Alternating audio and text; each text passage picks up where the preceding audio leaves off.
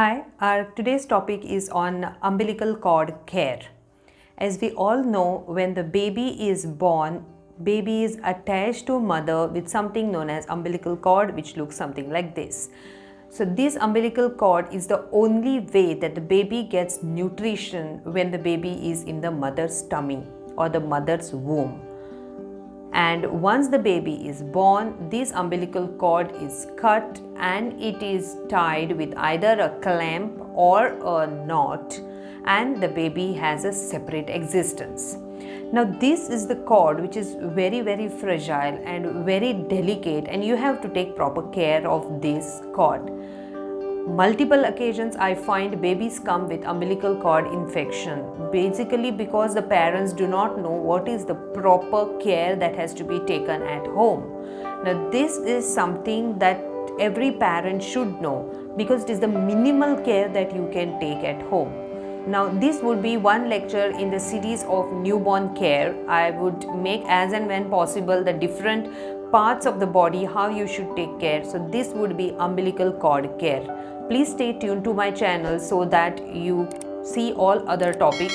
If you want any particular topic, please write them in my comment section mentioning hashtag Dr. Poonam's vlog and write your topic. I will definitely make a video. Now coming to today's topic, umbilical cord care. So once the cord is cut and it is tied, how should you take care? At the hospital itself, they usually will put spirit and keep the cord open. The cord needs to dry at air. So it should be dried in open air. So you do not require any dressing, you do not require any ointment, you do not require any powder, you do not require any belly belts, and you do not require any closed covering over the umbilical cord. Please remember these things. I will show you in the next video. Recently one baby had come to me who is 4 days old, and I have removed the voice of this video because the baby was actually crying while I was removing the bandage which was done on this small baby. This small baby had such a big log of cotton kept on top of that umbilical cord.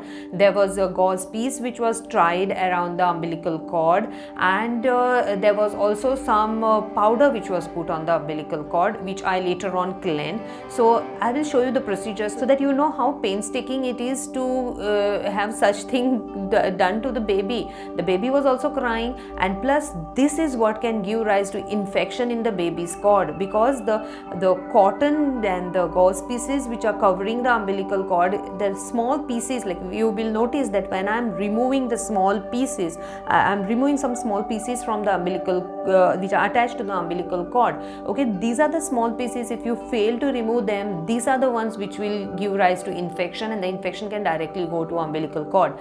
Remember, umbilical cord infection is very serious. We take it very seriously because this cord is directly attached to the blood vessels inside, and that's why it can spread to the whole body. That's why you have to be very careful that the umbilical cord doesn't get infected. So what care you should take is see that the umbilicus is kept open. You should not band-aid it. Other thing is put spirit drops, 4 to 5 drops on this umbilical cord 2 to 3 times in a day. After the umbilical cord falls off, which is by about 7 days to 10 days, sometimes it even falls on 3rd or 4th day, even on that stump of the fallen umbilical cord, on that stump you are going to put this same simple clinical spirit drops. You do not require any powder over there. When you are applying powder on the baby, again, which is controversial, I would not advise any powder on the baby's body. If at all you are putting any powder on the baby's body, see that you cover the umbilicus and then apply the powder on the baby's body so that no powder sits in the umbilical stump. Also see that once the umbilical cord falls off and it heals, only after that you give the proper bath to the baby along with massage to the baby if at all you want to give.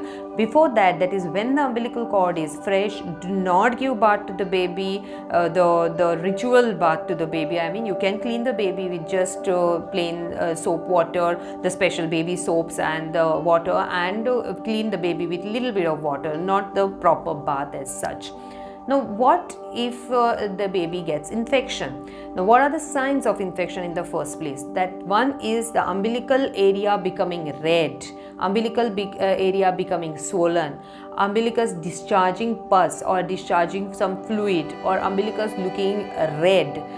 baby getting fever, baby's decrease in activity, not having feed, baby vomiting regularly, change in the baby's color, that is mottling. Okay, there is different change. You can definitely make out the baby's regular color and the color when there is infection. Okay, there will be difference in the change of the baby's color. All these are the symptoms of umbilical cord infection, and you have to go to the doctor, because this is definitely an admission. You cannot treat umbilical cord infections at home by oral treatment. Okay. Also, when the umbilical cord falls, sometimes babies have bleeding. It is quite normal. But if the baby has too much of bleeding and the bleeding is not stopping after 2 to 3 hours, see that you visit your doctor, because sometimes it may be because of vitamin K deficiency, for which simply the doctor will have to give vitamin K by injectable method. Third thing is, when the umbilical cord falls off, sometimes if it doesn't heal properly, it can give rise to something known as umbilical granuloma, again which requires proper treatment from doctor, or simple home remedies also for that. I will definitely make a video for that later on. For the umbilical granuloma. At the same time, you should remember that doctor has to confirm that it is umbilical granuloma and nothing else, because there are n number of other differential diagnoses that we say for the same simple umbilical granuloma, or something which looks as simple as umbilical granuloma can be multiple other things which definitely your doctor will diagnose for you. But once it is diagnosed that it is umbilical granuloma, you can treat it very simply. So I hope I have covered all the points for umbilical cord care. If you have any queries on this, please see to it that you write under the video in the comment section. Please write hashtag Dr. Poonam's vlog and write your query. I will definitely make a follow-up video for you all. Also see to it that if it is a personal query, something specific to a child, I do not answer it on public forum. You have a teleconsultation, you can opt for it.